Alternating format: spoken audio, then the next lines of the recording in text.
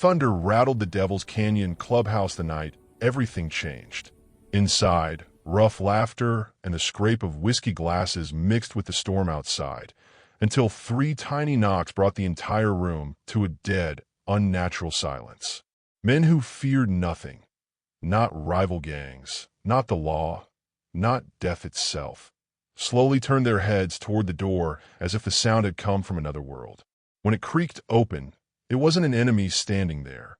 It was a 6-year-old girl, soaked to the skin, her cheeks swollen and bruised, her small fingers clinging desperately to a torn pink blanket as if it were the only piece of safety she had left. She stepped forward, trembling, and lifted her eyes to the most feared biker in the county. Jake Reaper, Morrison, leader, fighter, man with a reputation that could silence a room before he spoke. And into that heavy quiet, the little girl whispered words that cut deeper than any blade ever could. "They beat my mama, and they're coming back for me." Even the storm outside seemed to pause. Every man in that clubhouse, men who had lived through wars and street battles, expected Reaper to turn her away, to tell her she'd come to the wrong place, to send her to someone else, anyone else, because a child did not belong in their world, and certainly not a child running from monsters brave enough to lay hands on a mother. But what Jake did next surprised every man in that room, and the decision he made in that moment, quiet, simple, and immediate, would spiral into a chain of events no one in Devil's Canyon was prepared for. That little girl's whisper, that single trembling sentence, carried a truth darker than anything the Hell's Angels had ever faced. A truth that would pull them into a battle far beyond their clubhouse walls. Before we continue this story, before we take one more step into what happened next, I'd like to gently ask something of you.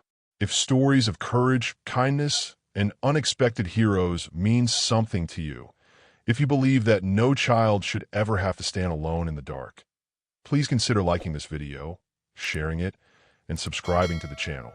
It helps these stories reach more people who still believe in standing up for the innocent. Thank you, truly. Thunder rolled like an angry drum over Devil's Canyon as the storm pushed against the old wooden walls of the clubhouse. Inside, the bikers' voices were loud, gravel-thick laughter, clinking bottles, the thud of heavy boots, until a sound broke through it all. 3 small knocks, soft but sharp enough to slice through the noise like a blade. The room fell still instantly, not gradually, instantly. Every head turned, every breath paused. Outlaws who had stared down rifles and knives without blinking now exchanged looks of disbelief. Because no one knocked on that door. Not kids selling candy. Not cops. Not enemies. Not anyone with the faintest instinct for survival. A second knock came. Softer.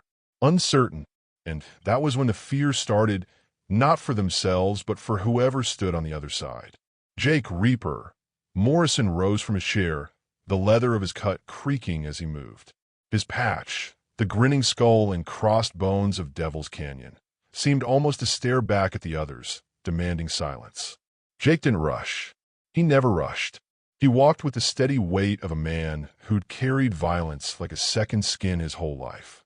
But as he reached for the door, something flickered across his face. Something old. Something buried. The kind of memory that made a man's jaw tighten for reasons he didn't speak out loud. A breadcrumb, subtle and brief. Because Jake had heard knocks like that once before, on a different night, in a different storm, but that part of his past would remain in the shadows for now. He opened the door. Wind and rain pushed in, cold and frantic. But the storm outside wasn't what froze Jake's blood. Standing there, shoulders curled in against the weather, was a 6-year-old girl. Water clung to her hair, dripping down her cheeks, mixing with the dark bruise blooming beneath one eye. Her little fingers clenched a torn pink blanket that was so soaked it dragged against the floor. Not a backpack, not a toy, not anything a child should be holding while alone in the dead of night. The blanket, it would matter later. It was more than fabric. It was story. It was evidence. It was survival. But for now, it was simply the only thing keeping her from collapsing. Behind Jake, the toughest men in the county stared in stunned silence. One whispered a curse under his breath. Another crossed himself unconsciously. Because this wasn't normal. This wasn't right. This was a signal that something much darker than a storm had arrived at their door. Jake lowered himself slightly, just enough to meet her eyes without towering over her. His face, carved hard by years of battles and choices he no longer spoke about, softened for the first time anyone in that room could remember. She swallowed, trembling, and whispered the same words that had already shattered the night. "They beat my mama, and they're coming back for me." A silence followed. Heavy, suffocating, electric. The kind that doesn't just fall over a room. It pulls every heart inward, demanding attention. Jake felt something shift inside him. Not pity, not fear. Something deeper, older. A promise he once made long ago to someone he couldn't save. A knock he never forgot. A child he once was. He didn't speak about that night. Not now. Maybe not ever. But the memory was there, flickering like lightning behind his eyes, shaping the choice he was about to make. And though the men behind him didn't know the details, they felt it. Something personal had just risen from Jake's past like a ghost stepping into the light. He held out a hand to the girl. But before she could take it, before the next beat of the story unfolded, let me pause gently and say this. If you believe no child should ever face something like this alone, please consider subscribing. It helps these stories reach people who still care, and it pushes back against the darkness these bad men represent. The villains hate when the truth gets shared, but your support keeps it alive. Thank you. Now, back to the moment in that open doorway. The girl hesitated, clutching that torn pink blanket tighter, her knuckles white with fear. She looked not at the bikers, not at the storm, but at Jake, as if she already knew, somehow, that the next chapter of her life depended on whether he stepped forward or stepped back. Behind Jake, a single thought pulsed through the room. What kind of men would they be if they turned her away? And Jake, Reaper, the man whose name carried both fear and respect for Miles, made a choice in silence. A choice that would rip open buried memories, ignite an unexpected war, and pull every man in that clubhouse into a fight none of them saw coming. He reached out his hand, not as a biker, not as a leader, but as something he never believed he'd be again. A protector. The little girl took his hand, and the moment her fingers wrapped around his, the storm outside was no longer the most dangerous thing in Devil's Canyon. The door eased shut behind the little girl, muffling the storm outside, but doing nothing to quiet the chaos she carried with her. The bikers watched her with a kind of stunned reverence.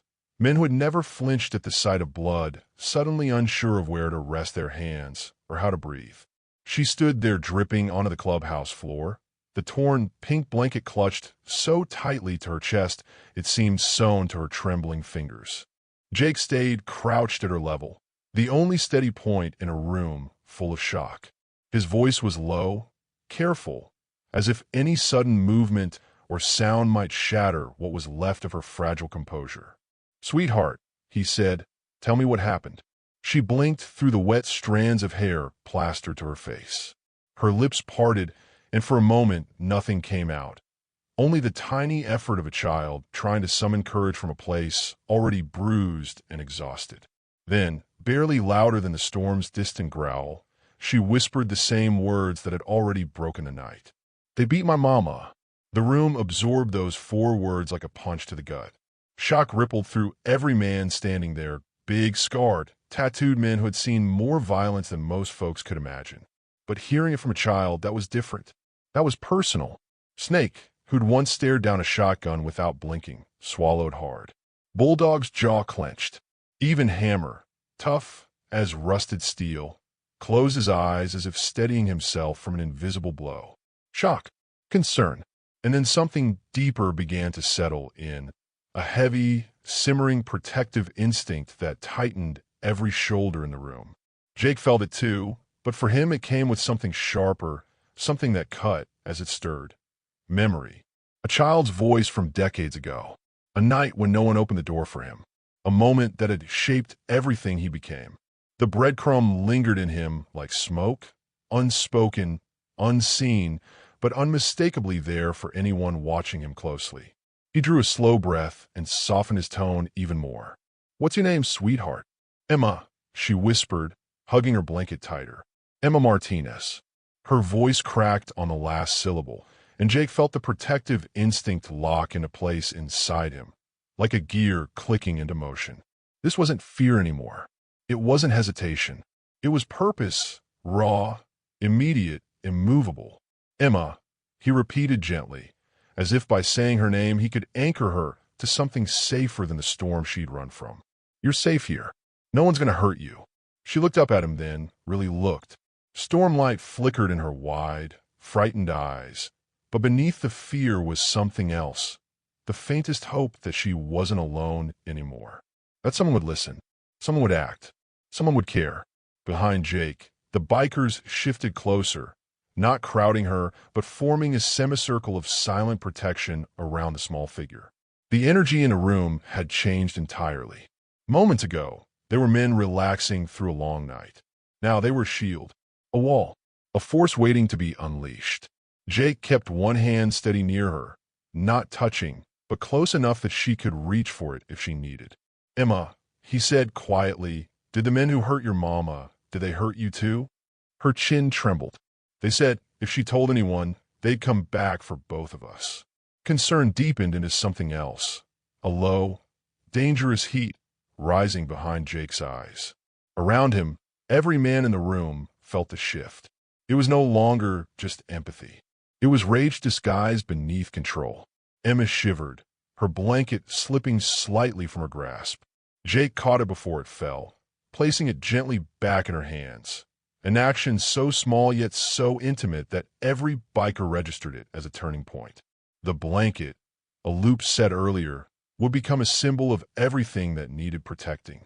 Jake breathed out slowly, steadying himself for the responsibility settling on his shoulders. He had a reputation for violence, for leading men into battles most people would run from. But this was different. This wasn't about territory. This wasn't about pride. This was about a child running from monsters. He leaned closer, his voice carrying a kind of promise rarely heard from a man like him. Emma, we're going to help you. But I need you to tell me one thing. She wiped her cheek with the back of her small hand. What? Jake's answer would mark the moment the story shifted gears. The transition from shock into action, from fear into purpose, from Act 1 into Act 2. Where's her mama now? Fresh tears rose instantly, spilling before she could blink them back.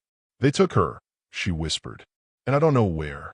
Jake nodded slowly, decisively, as if a piece of a puzzle he'd yet to see clearly had just clicked into place. He looked at the bikers behind him, men who would follow him into fire if he asked, and then back at the little girl whose world was falling apart in front of him. His voice was quiet, steady, and absolute. Emma, we're going to find your mama. The moment he said it, the air changed. A line had been drawn. A promise had been made. A storm much bigger than the one outside had just begun. The storm had settled into a steady, punishing rain by the time Hammer and Ghost rolled out of the clubhouse parking lot. Their engines were kept low, deliberate, the kind of quiet rumble that fit the seriousness of the night. They weren't on a ride. They weren't looking for trouble. They were hunting for answers. Answers that could mean the difference between life and death for a little girl who couldn't even lift her head without trembling. Hammer led the way, his shoulders hunched forward against the cold, rain streaking down the skull tattoo on his neck. Behind him, Ghost moved like his name, silent, controlled, watchful. He didn't speak unless it mattered. He didn't blink unless he had to. And tonight, he was scanning every alley, every porch light, every dark corner where danger might hide. They started near where Emma had said she'd been running from, a stretch of rundown homes with peeling paint, broken fences, and shadows that moved even when nothing was there. This wasn't the kind of neighborhood where people asked questions. This was the kind where people survived by pretending they didn't see anything at all. Hammer killed his engine first and motioned to a narrow path between two houses. The rain had soaked the ground until it turned to thick mud, and even the streetlights looked tired, flickering as if afraid to stay awake. See that? Hammer murmured. Ghost nodded before Hammer even pointed. Something pink lay crumpled near a broken fence. Out of place, out of season, too small to belong to any grown person. Ghost crouched, his hand brushing away debris as he lifted the object into the light. It was a scrap of fabric, soft, worn, unmistakably from the same blanket Emma had been holding. "That's her trail," Hammer muttered. "She came through here." The loopback landed with weight. Not just a clue, but validation. Emma wasn't imagining things. She had run for her life, and this torn piece was the silent witness she'd left behind. Ghost turned the fabric over, noticing threads that had snagged on the broken wood. "She fell here," he said quietly. "Hard." Hammer's jaw tightened. Somewhere out in that storm, Maria Martinez, Emma's mother, was still in the hands of the men who had done this. And the night was getting darker by the minute. They pressed deeper into the neighborhood, following muddy footprints and small signs only men who lived in danger could interpret. A scuffed boot mark on concrete, a cigarette still faintly warm, a tire skid barely visible in the rain. All of it pointed in one direction, toward a small, abandoned duplex with its front door hanging crookedly on one hinge. Ghost motioned for Hammer to flank left. They approached silently, practiced, ready. When Ghost nudged the door, it swung inward with a low groan. The smell hit them first. Rotting food, damp carpet, and beneath it, something metallic. Something wrong. Patterns of violence left behind their own scent. The living room was empty, but not untouched. Furniture overturned. Scratch marks on the floorboards. And near the couch, Hammer stopped so abruptly Ghost almost collided with him. A purse. He picked it up gently, turning it over in his hands. The ID inside confirmed what they already feared. Maria Elena Martinez. Hammer read under his breath. Ghost scanned the room again. This is where they grabbed her. But the next discovery hit like a fist to the chest. A stack of photographs, scattered as if someone had dropped them during a struggle. Ghost knelt, lifting one up, and froze. The picture showed a man kneeling beside an open car trunk, hands tied, terror in his eyes. Standing around him were three figures, two in expensive suits, and the third wearing cartel tattoos that crawled up his arms like serpents. The executioner, the one pulling the trigger, the one with gleaming gold teeth. Pattern erupt, violent, shocking, sudden. Ghost sifted through more photos. A dead cop, a man beaten beyond recognition, a woman held at gunpoint. These weren't just crimes. These were messages, documentation, insurance, leverage. Hammer's breath slowed in controlled fury as he picked up another picture, and this one chilled him differently, because taped to the corner was a school photo of a little girl smiling shyly into the camera. Emma, her picture, on cartel intel, a target list. Hammer swore under his breath. Son of a, they weren't just after her mama. They want the kid too.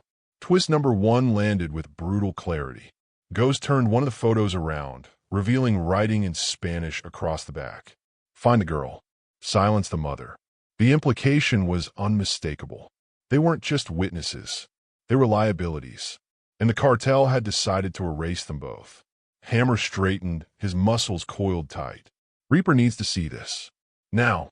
But before they left the duplex, Ghost paused, his eyes narrowing at something half-hidden under a fallen lamp. He pulled out a badge. A police badge. Detective Raymond Morrison. A cop. A corrupt cop involved with the cartel. And the name on that badge, Morrison, sent a chill straight through Ghost. He didn't know Jake's childhood story. Not fully. But he knew enough to recognize the flicker of something dangerous this would ignite. Hammer exhaled slowly. Reaper's going to burn the whole city down when he sees this. They stepped back into the rain, the storm washing mud from their boots, but not the truth from their minds. As they mounted their bikes, Hammer pulled out his phone and snapped a picture of Emma's school photo, taped to the execution scene. Comment, protect her, he muttered, almost to himself, as if speaking to anyone willing to listen. If you think Jake should go after the man who did this. He had sent a Jake. And somewhere back at the clubhouse, Jake Reaper, Morrison would look at the photo of a 6-year-old girl on a cartel kill list and make the decision that would start a war. Back at the Devil's Canyon clubhouse, the storm hammered relentlessly against the walls, but somehow the air inside had shifted, less like a den of outlaws, more like a place holding its breath around a fragile piece of innocence. Emma sat on a bar stool far too tall for her small frame, legs dangling, blanket wrapped around her like a shield. Her eyes followed every movement in the room, wide and alert, the way a child watches the world when she's not sure where safety begins or ends. The bikers, men who usually carried themselves with loud swagger and unshakable grit, hovered around her in a strange choreography of caution. They'd fought rival clubs, dodged bullets, and outrun police cruisers, but none of that compared to figuring out how to comfort a frightened 6-year-old girl. It was Snake who broke first, Snake, whose voice could sandpaper concrete, clearing his throat as he shuffled forward. He held something behind his back, fidgeting in a way that made the others stare. He muttered, "Kids like juice, right?" He brought his hand forward, revealing a bottle of grape juice. Not a small one. A full-sized gas station jug, nearly half a gallon, the kind no child could possibly lift without using both hands in a prayer. Emma blinked at it. Snake thrust it forward awkwardly. "I bought the purple kind 'cause it seemed friendlier." Emma took it slowly, nodding. "Thank you," she whispered. Snake stepped back immediately, relieved to have survived the moment without crying or passing out. Next came Bulldog, who usually entered a room like a demolition charge, but now approached her with the slow, deliberate steps of a man approaching a sleeping bear. He held something wrapped in a cloth. Jake raised an eyebrow. "Bulldog," he said quietly, "whatever that is, maybe think twice." Bulldog ignored him. He knelt beside Emma and unwrapped the cloth. It was a knife, a small one, polished and decorated with tiny red stones in the handle. Beautiful, deadly, absolutely inappropriate for a child. Emma's eyes widened. Bulldog cleared his throat.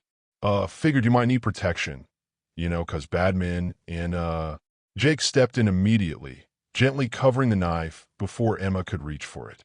"Buddy," he said, lifting it from Bulldog's hands, "maybe something a little less stabby."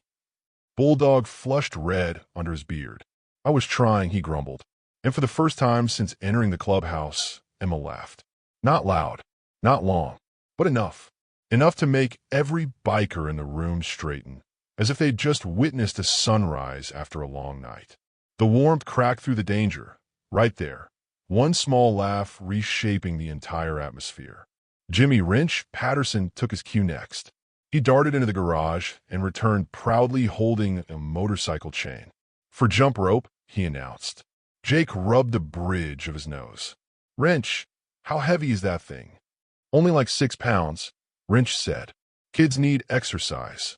Emma reached out and touched the chain, her tiny fingers tracing the cold metal links. She didn't look scared. She didn't recoil. She just studied it, as if trying to understand why these giant men were giving her tools instead of toys. Angel arrived from the back office just then and rolled her eyes in affectionate exasperation. She knelt beside Emma. "Sweetheart," she said, smiling, "how about something you might actually enjoy?" From her tote bag, she pulled out a coloring book and a brand new box of crayons. Emma stared at them, then at Angel, then at the bikers, then slowly, shyly, she opened the box. The crayons were arranged like a bright little army of colors, untouched, perfect. "I can draw," she asked. "Anything you want," Angel said softly. That anything would become important later. A callback brewing quietly in the background. Emma chose a purple crayon first, the same color as Snake's grape juice, and began drawing on a fresh page. The bikers watched with something almost like reverence. Their world was a blend of smoke, leather, steel, and here was a little girl drawing rainbows on their bar counter. Jake leaned against the wall, arms crossed, observing everything. The hard lines of his face softened, though no one dared point it out. For a moment, the weight from his past, those lingering, unspoken memories, pulled back just enough to let something gentler through. Humor and softness wrapped the room like a blanket warmer than the storm outside. A rare reprieve, a needed breath. Emma switched crayons, drawing slowly but with purpose. A house, a fence, a shadow she erased twice before settling on a shape she could handle. Ghost, who had just returned from the storm-soaked streets, approached quietly. He noticed the drawing and crouched beside her. "What's that?" he asked gently. Emma pointed. "My home. Before the bad men came." Ghost met Jake's eyes from across the room. A silent understanding passed between them.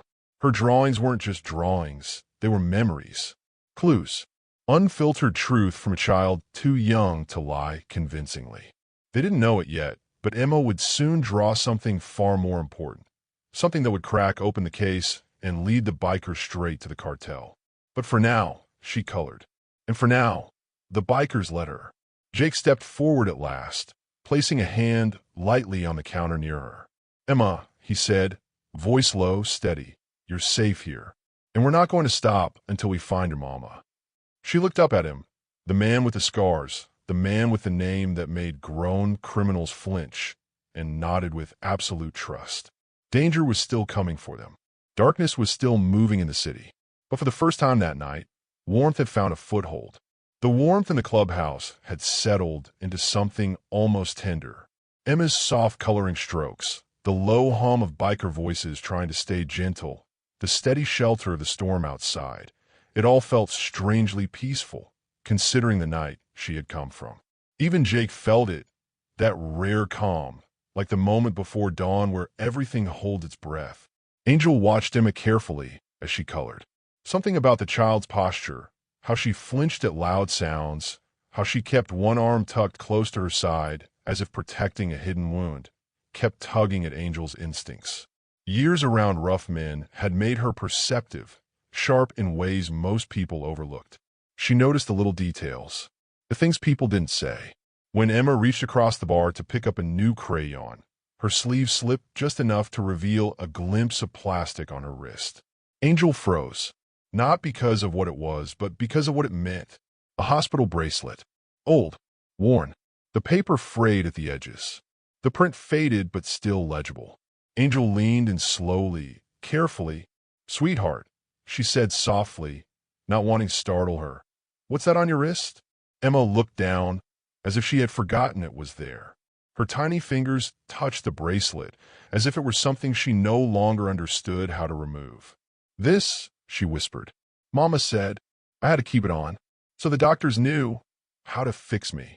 The crayons slipped from Angel's hand and rolled across the counter unnoticed. Warmth shattered. Softness dissolved. The room darkened. Not because the lights changed, but because what Emma said reached into the heart of every man listening and crushed something inside them. Angel's voice wavered. "Fix you from what, baby?" Emma didn't look up. She pressed her crayon harder against the paper, as if drawing could shield her from a memory. "When the bad men hurt me," she whispered. "They said they'd do worse if Mama talked." The entire clubhouse went silent, so quiet the storm outside sounded like a whisper. Jake straightened slowly, every muscle in his body pulling taut. Snake, bulldog, hammer, they all turned toward Emma, their faces shifting from gentle awkwardness to something sharp and dangerous beneath the surface. This was the pattern interrupt, warmth, then a plunge into cold, brutal truth. Ghost stepped closer, his jaw tightening. "How long, Emma?" he asked gently. "How long have they been hurting you?" She shrugged one shoulder. A small motion. Too practiced. Too familiar. "A while," she murmured. "Mama tried to protect me." She really did. A child should never have to say that. Jake closed his eyes for half a moment, fighting a memory he didn't want. Another child, another night, another storm. A bruise on his mother. A fist raised. A door knocked on too late. Angel gently slid the sleeve up Emma's arm, exposing the bracelet fully. The date printed on it twisted her stomach. Weeks old. Not days. Weeks. Twist number 2 landed with devastating clarity. Emma hadn't been hurt just tonight. She had been living in someone's nightmare for far too long. Jake's voice, when it emerged, was low and thick with something dangerous. "Angel," he said, "what does the bracelet say?" She ran her thumb along the faded print. "County General Children's ER," she whispered. "Multiple contusions. Defensive wounds. Defensive wounds." A phrase no child should ever carry. Emma's crayon paused mid-stroke. "The doctor said if they hurt me again, Mama should bring me back." She lowered her voice. "But Mama was scared. They said if we talked, They'd make me disappear. Jake inhaled sharply. The storm outside answered with a violent rumble, as if the skies themselves shared his anger. Emma looked up at him then, searching his face as if trying to read whether he would be angry or disappointed or hurt. Instead, she found something else entirely. Determination. Pure, unfiltered, merciless determination. She whispered, "Are you mad at me?" Jake knelt again, the leather of his cut creaking with emotion. He placed a hand on the counter, palm up, an invitation, not a command. "No, sweetheart," he said, his voice steady but trembling beneath the surface. "I'm mad at the men who did this to you." Emma's small hand hesitated, then rested in his. And just like that, her trust sank deeper. Not because he promised safety, but because he didn't lie about the danger. Behind Jake, the bikers had grown impossibly still. Not out of fear, out of resolve. Bulldog cracked his knuckles slowly, deliberately. Snake's jaw flexed. Wrench stared at the ground, breathing slow, controlled breaths like a man trying not to break something with his bare hands. The Brotherhood had shifted again, this time with no laughter, no awkwardness, no softness. What settled over them now was something lethal. Emma returned to her drawing, the lines shakier now, the colors darker. Angel touched Jake's arm. "You know what this means?" she said softly. Jake nodded, eyes locked on the little girl coloring a picture with bruised arms and a hospital bracelet older than her hope. "It means," Jake murmured, "we're not just finding her mother." His eyes hardened. "We're hunting the men who did this." And somewhere deep inside him, where old wounds lived, the past whispered again. But this time, Jake didn't silence it. He used it, because the storm wasn't outside anymore. It was sitting in that clubhouse, gathering strength.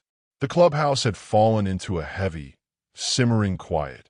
No longer the warmth of awkward men trying to soothe a scared child, but the tense stillness before action, before violence, before justice.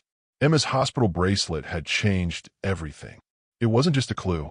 It was a wound, a warning, a promise of what these men were now willing to do. Jake had retreated to the back office, the one room in the clubhouse that still carried traces of the boy he had once been. The wooden carved horse on the shelf, the old army box he never opened, the quiet, the memories he never invited but that came anyway. He closed the door and let the storm outside rattle the windows. Because inside his chest, an older storm had begun to rise, one he had spent decades burying beneath leather, steel, and the rule of the club. Emma's bruises had unlocked it. Her trembling voice had fed it. Her hospital bracelet, weeks old, had unleashed it entirely. He saw himself at 8 years old, small and terrified, pulling his own mother behind a cheap kitchen table while a drunk man with a belt shouted about silence. He remembered knocking on a neighbor's door, bleeding, begging for help, and hearing the bolt slide shut on the other side. No one came. No one saved them. That night, Jake learned the world only kept you safe if you made it. And now here he was, a man carved by violence, facing a child living through the same nightmare. His fists clenched. No, not on his watch. Not this time. The knock at the door brought him back. It was Ghost, calm and pale as ever, stepping inside with something in his hand, a phone. "We pulled data," Ghost said quietly. "From the pictures, from the purse, from the scene Hammer found." Jake straightened. "What did you get?" he asked. Ghost unfolded a paper containing a shaky drawing, one of Emma's. A building with a number written above the door. 1247. Emma had drawn it twice already that night. Once half finished, once complete. Jake frowned. "You think it's a real address?" Ghost held up the phone. "It is. Warehouse District. East Side. Abandoned on paper. Not so abandoned in reality. Cartel front." A breadcrumb from earlier, Emma's drawings, had sweetened into a revelation. Jake took the phone, staring at Warehouse 1247 on the screen. Long metal siding. High windows. Too much space for anything good. "This where they took Maria?" Jake asked. Ghost nodded. "And where they'll hurt her again if we wait." Jake exhaled once, deep and controlled. Then he moved to the old army box in the corner. He hadn't touched it in 15 years. The lock clicked open with a sound that made Ghost raise an eyebrow. Inside lay a folded map, military-grade binoculars, an old surveillance receiver, relics of a father who had known war, and dog tags Jake had never worn. Ghost's eyes widened slightly. Didn't know you kept all this. Jake didn't look up from the map he was unfolding. Didn't think I'd need it again. But tonight, he needed everything. Because tonight, the battle wasn't territorial. It wasn't club pride or biker politics. It was for a little girl who reminded him of everything he had once prayed for. Jake spread the map across the desk. Warehouse 1247, what's the layout? Ghost began marking routes, guard positions, access points. Everything they knew from street chatter, from cartel rumors, from what Emma had remembered. 2 entrances. Back one's reinforced. Main one's watched, Ghost said. But there's a loading bay window on the 2nd floor. Jake nodded. That's where they're keeping her. How do you know? Ghost asked. Jake paused, then said softly, because that's where I'd hide something I didn't want found. Ghost didn't question it. He knew better than to pry when Jake spoke from experience instead of theory. Jake tapped the window with a thick finger. We'll breach from here. Quiet. Fast. No warning. Ghost's voice lowered. And after that, Jake didn't answer right away. He closed the box, placed his father's dog tags inside again, and shut the lid. Then he turned to Ghost with the expression that made rivals fear him and loyalty tighten in every man who rode behind him. We bring her home. Ghost swallowed a tight breath. And the men who hurt the kid? Jake didn't blink. They don't leave the building. The storm growled outside, as if approving. Ghost tucked the map under his arm. I'll get hammer. Bulldog. Wrench. We go in light. We go in smart. Jake corrected. No cowboy moves. Ghost hesitated at the door. Reaper. You sure you're doing this for the right reason? Jake's jaw tightened. The right reason doesn't matter. The right outcome does. Ghost nodded and left. Jake stood alone for a moment longer, staring at the map spread across his desk. His past had never fully released him. But tonight, he didn't want it to. Tonight, he needed the boy he'd been, the fear he'd lived, the rage he'd swallowed. Because somewhere in that warehouse, a mother waited for rescue, and a little girl waited for proof that someone, for once, would come. Jake stepped into the main room of the clubhouse. Emma looked up from her coloring, eyes hopeful despite everything. She held up a new drawing, Jake, standing tall, holding her hand. He swallowed hard. We're going to find your mama, he told her. She nodded once, trusting him completely, and that trust was fuel stronger than gasoline. Jake turned toward the men gathering around him. If you stand against men who harm families, he said quietly, almost like a vow to anyone listening, tap like. It tells the algorithm whose side you're on. Then to his brothers. Let's get ready. Because the hunt had begun. Rain hammered the corrugated metal roof of Warehouse 1247 like a warning. The kind of steady, merciless downpour that drowned street noise and softened footsteps. Perfect for men moving in the shadows. Jake, Ghost, and Bulldog crouched behind a row of abandoned shipping crates. Helmets off, cuts hidden under dark jackets. No colors tonight. No patch to mark who they were. This mission wasn't about the club. It was about a mother, a daughter, a promise. The warehouse loomed in front of them, tall, hollow, and pulsing faint yellow light from a 2nd-floor window. The same window Emma had drawn in crayon. The one she sketched again and again because her mind couldn't let go of it. Jake felt the weight of that drawing now. She wasn't guessing, he whispered. She remembered. Ghost nodded once. She saved her mother before we even got here. Jake's jaw tightened. Then let's not make her wait. The infiltration began with absolute silence.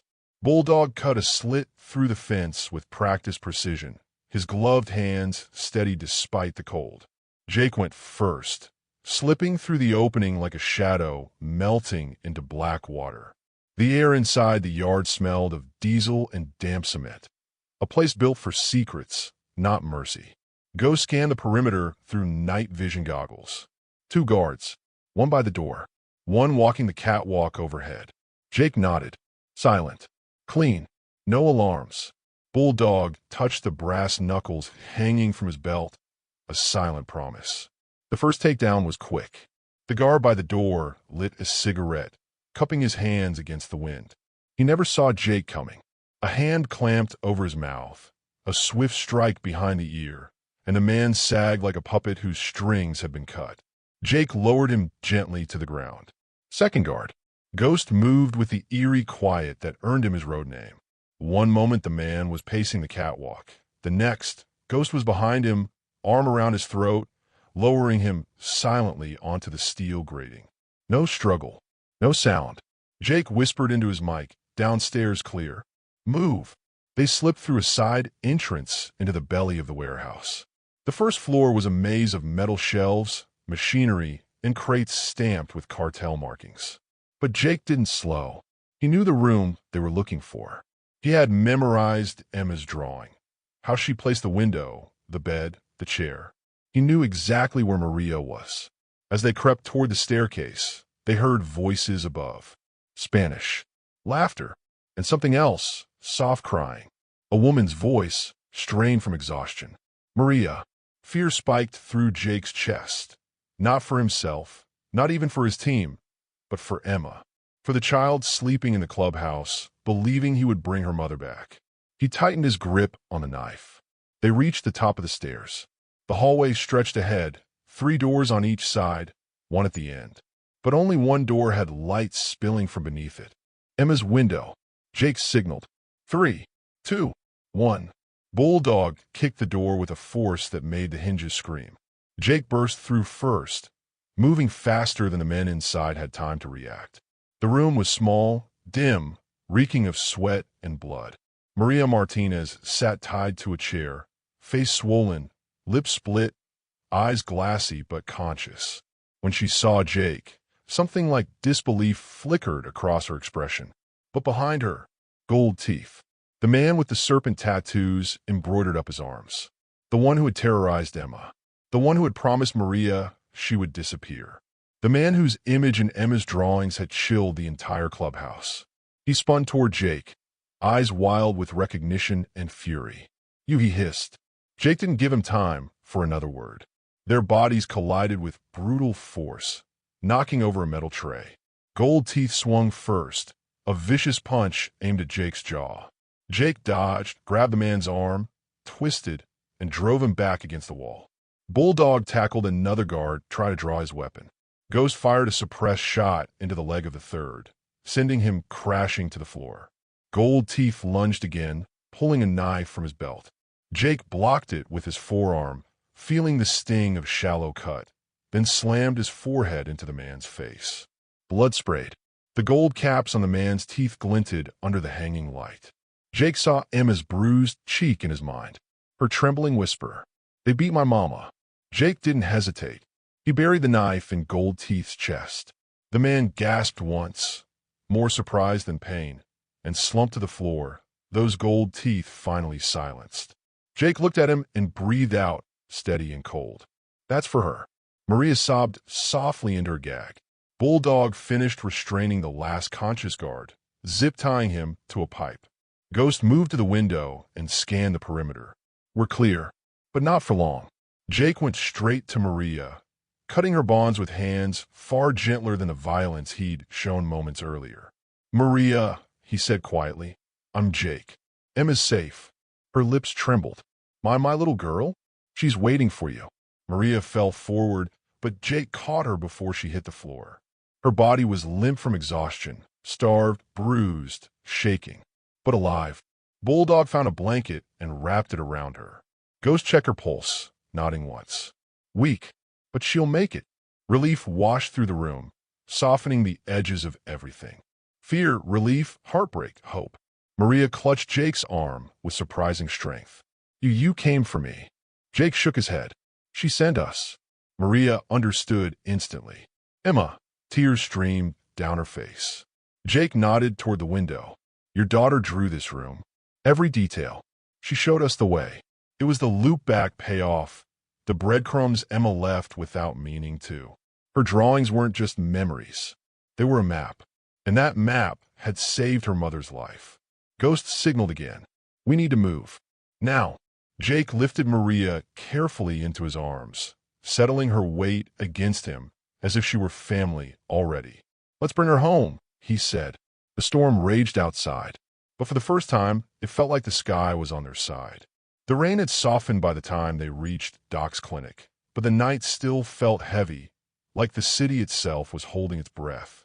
Jake carried Maria through the back in trance, her weight light in his arms, her head resting weakly against his shoulder. Ghost and Bulldog swept the hallway, closing blinds, locking doors, securing the perimeter with practiced precision. But Jake only saw one thing ahead of him, the room where Emma waited. Angel was sitting with Emma on the small examination bed, reading softly from storybook. Emma wasn't listening, though. Her hands fidgeted in her lap. Her legs swung anxiously. Her eyes darted toward the door every time a shadow passed. When Jake stepped into the doorway, Emma's head snapped toward him. But it wasn't Jake she was looking for. Her gaze slid from his face to the woman in his arms. For a moment, Emma didn't breathe. She didn't move. She didn't speak, as if her heart had suddenly forgotten how to beat. Jake lowered Maria gently onto the soft medical cot. Maria reached a trembling hand toward her daughter, but stopped halfway, almost afraid to touch her. Afraid this was a dream that would be taken the moment she reached for it. "Mihija," Maria whispered. "My baby." Emma slid off the bed slowly, her little feet hitting the cold tile with a soft tap. She took one step, then another. Angel didn't move. Jake couldn't move. No one dared interrupt the fragile gravity pulling mother and daughter together. When Emma reached her mother's side, she froze. Maria raised a shaking hand and touched Emma's cheek, the uninjured one, so gently it barely made contact. Emma collapsed into her arms. "Mama," she sobbed, her voice breaking open with weeks of terror, loneliness, and hope that had been locked deep inside her chest. Maria wrapped both arms around her, crying into her daughter's hair. "I'm here. I'm here. I'm here." The words repeated like a prayer, like an apology, like a woman clinging to life itself. Emma buried her face against Maria's neck, her little body shaking with relief. For the first time since she knocked on the clubhouse door, the fear left her eyes completely. Jake turned away, not because he was uncomfortable, but because the sight hit something inside him he wasn't ready to face. He remembered nights he had prayed for someone to save him like this. No one ever came. But tonight, he had made sure Emma didn't have to wait alone. It was the hardest emotional moment in the story, raw, honest, and deeply human. The atmosphere shifted around them, almost sacred. Even Bulldog, who rarely showed softness, wiped his eyes with the back of his hand. Snake stood against the doorway, head bowed. Ghost stared at the floor, jaw clenched so tightly it trembled. Because moments like this didn't belong to bikers or outlaws or hardened men. They belonged to people, to families, to those who understand what pain can take away and what love can return. Eventually, Maria cupped Emma's face gently, looking into her daughter's eyes with a mixture of heartbreak and awe. "Emma," she whispered, brushing hair from the child's forehead, "did they hurt you?" Emma nodded once, small and honest. "They said they'd take me away if you told anyone," she whispered. "But Mama, you didn't go." Maria broke again, pulling her daughter tighter. "I will never leave you. Never." Jake stepped forward quietly, not wanting to intrude, but needing them to hear one thing. "You're safe now," he said softly. "Both of you." Maria looked up at him. Her lips trembled with gratitude she couldn't yet put into words. But her eyes spoke clearly. "Thank you for saving her, for finding me, for doing what no one else could." Emma released her mother for a moment and walked to Jake, wiping her cheeks with tiny hands. She opened her arms, small, hesitant, hopeful. Jake dropped to one knee. She hugged him. She hugged him with everything she had left. Tight, fierce, trusting. Jake closed his eyes as he held her.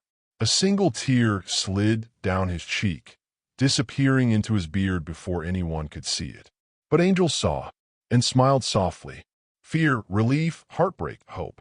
All of it lived in that embrace. When Emma pulled back, she whispered, "You kept your promise." Jake swallowed hard. "I did, sweetheart."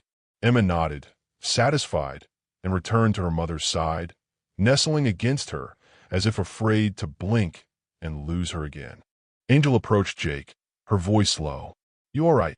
Jake didn't answer immediately. His gaze stayed on mother and daughter, reunited in the glow of a clinic lamp, wrapped in blankets and love. Finally, he said, "Yeah, I'm now." Because this moment was why he had fought. This was why men like him existed. In the quiet aftermath, as Maria and Emma clung to one another, the storm outside finally began to ease. Jake exhaled. Relief washed through the room like warm water. But in the shadows beyond the clinic walls, danger was gathering again. Because the cartel had just discovered what happened at Warehouse 1247. And they were coming. Before we move into the next scene, take a moment to breathe with them. And if you believe every child deserves to feel safe, comment justice below. It tells this story and the algorithm exactly whose side you're on. The storm had broken by morning, leaving the streets washed clean, the sky a pale silver gray. But inside the Devil's Canyon Clubhouse, a different kind of cleansing was underway, one built not by rain but by justice. For the first time since the nightmare began, Maria and Emma slept without fear. Doc monitored them quietly, checking vitals, adjusting blankets, keeping watch like an old guardian who had finally found a purpose deeper than patching up bullet wounds and biker brawls. Jake stepped out into the main room, where the bikers were gathered around a table covered in papers, photographs, ledgers, everything they had taken from the warehouse and the cartel safe houses. Evidence. Hard evidence. The kind that could topple empires. Ghost placed a stack of documents in front of Jake. This is everything El Oro was trying to hide. Financial trails. Communications. Police payrolls. Hammer shook his head. This is going to scorch half the state. Good. Jake murmured. Let it burn. It was time to expose the rot. And the feds were already waiting. The meeting with the federal agents took place in a secured garage, far from prying eyes. Angel had made the call quietly, through a friend she trusted, someone outside the local corruption web. Someone who still believed justice mattered. 2 black SUVs rolled in, driven by agents who carried themselves with cautious professionalism. But when they saw the evidence spread across the table, photos of cartel executions, lists of corrupt officers, maps of drug routes, they went silent with astonishment. "Where did you get all this?" one agent asked. Jake met her eyes without blinking. "Does it matter? Just make sure it brings them down." She studied him for a long moment, not as a criminal, not as a biker, but as a man who had chosen the right side of the line when it mattered most. "It will," she said quietly. "I promise you it will." And she kept her word. Within days, the city shook. Arrests hit like lightning strikes. 3 corrupt officers were taken into federal custody. Cartel properties were seized. Safe houses were raided. Millions in illegal assets vanished overnight. The Serpientes weren't just wounded, they were gutted. All because a 6-year-old girl had drawn a picture of a building that didn't feel right. All because a biker with a haunted past refused to let another child suffer like he once had. Healing didn't happen all at once for Emma. Trauma leaves long shadows. But slowly those shadows softened. She slept with her mother beside her at first, then with the nightlight on, then eventually without fear. She stopped flinching at raised voices, stopped shying away from footsteps behind her, stopped drawing monsters in her pictures. One afternoon, Jake found her coloring at the clubhouse bar again, this time drawing flowers, sunshine, horses, and in the corner, a tall man with a leather vest holding a small girl's hand. "Is that me?" he asked softly. Emma nodded proudly. "You're my hero." Jake had been called many things in his life. Reaper, outlaw, menace, but never hero. The word hit him deeper than he expected. After months of evaluations, paperwork, and home visits, the adoption became official. Emma Martinez became Emma Martinez Morrison. When the judge asked if Jake understood what he was taking on, he simply said, "I already made the promise." And he meant it. Years passed. The Devil's Canyon Clubhouse changed. A corner once crowded with beer crates now held bookshelves and toys. A spare room became Emma's art studio. Bikers learned to soften their language when she walked in. Snake even stopped spitting in cups. Emma grew into a child who wasn't afraid anymore, because she knew what true protection looked like. And something unexpected happened. She became the one other children turned to. If a neighbor's kid got scared walking home, she volunteered to escort them. If a little boy cried at school, Emma sat beside him until he stopped shaking. If she heard someone whispering about trouble at home, she listened. And then she told her dad. Jake had spent his life fighting battles of steel and blood. But watching Emma become a beacon for children who felt alone, this was the victory he cherished most. The hardened biker with a violent past had become something he never imagined. A father, a protector, a place of safety, the ultimate redemption. One night, during a thunderstorm eerily similar to the one that began it all, Emma curled up beside Jake on the sofa, a blanket draped over both of them. "Daddy," she asked, "tell me the story again." Jake smiled. "Which one?" "The night I found you." Jake exhaled softly, his voice rolling into its familiar rhythm, the one Emma never got tired of hearing. "Once upon a time," he began, "a very brave little girl knocked on the door of some rough men who didn't know they needed saving." Emma giggled. "Daddy, you always say that part." "Because it's true," Jake said, brushing a strand of hair from her face. "You saved all of us. Not just your mama. Not just yourself. You saved me too." Outside, thunder rumbled. Inside, peace settled around them like a warm blanket. Family after fear. Light after darkness. Justice after pain. The story had come full circle, and the man once known as Reaper had finally learned how to live. And before we close tonight, remember this. Emma survived because a handful of people stepped up when the bad men expected everyone to stay silent. Every voice that chooses courage over fear makes the world just a little safer for the next child who needs help. So if you believe children should never be hunted by monsters, hit that subscribe button. The villains of this world hate when stories like this get told. If you stand with Jake, if you stand with Emma, if you stand with every kid who's ever been scared and alone, comment, "I stand for justice." Because every comment tells the algorithm whose side you're on. And trust me, the bad guys won't be commenting. And if this story moved you, or reminded you that even the roughest people can have the biggest hearts, share this video. You never know who might need this reminder today. Thank you for watching. Thank you for caring. And thank you for choosing the side of justice.